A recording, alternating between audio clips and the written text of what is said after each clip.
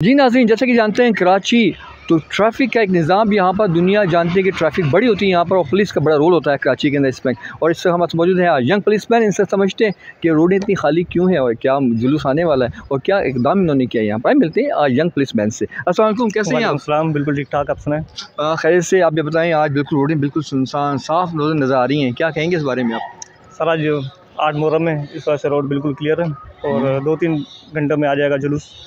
और ये बस पुलिस वालों की तरफ से इक़दामात है, गवर्नमेंट की तरफ से, सरकार की तरफ से। तो कंटेनर वगैरह लगा के रोड ब्लॉक किया हुआ है, इस वजह से ट्रैफिक वगैरह कुछ भी नहीं है और खैर और आफियत से ये जुलूस गुजर ही जाएगा। आप ये समझते हैं कि इमाम हुसैन की कुर्बानी अज़ीम कुर्बानी की दुनिया भर के हिंदू हो, क्रिश्चियन हो, कोई भी कम्युनिटी हो, उसको बहुत सराहती है कि छोटे बच्चे से लेकर बुजुर्ग तक का आज ड्यूटी पे तैनात हैं आप, तो पुलिस नौकरी डेली करते हैं, इस नौकरी का क्या मज़ा है, क्या कहेंगे आप? सर ये मुहर्रम में इस वजह से आला दिन भी है और हमारे माँ बाप की बस कोई दुआ होगी, इस वजह से हम ड्यूटी पे खड़े हैं, बाकी इंशाल्लाह गुजर ही जाएगा।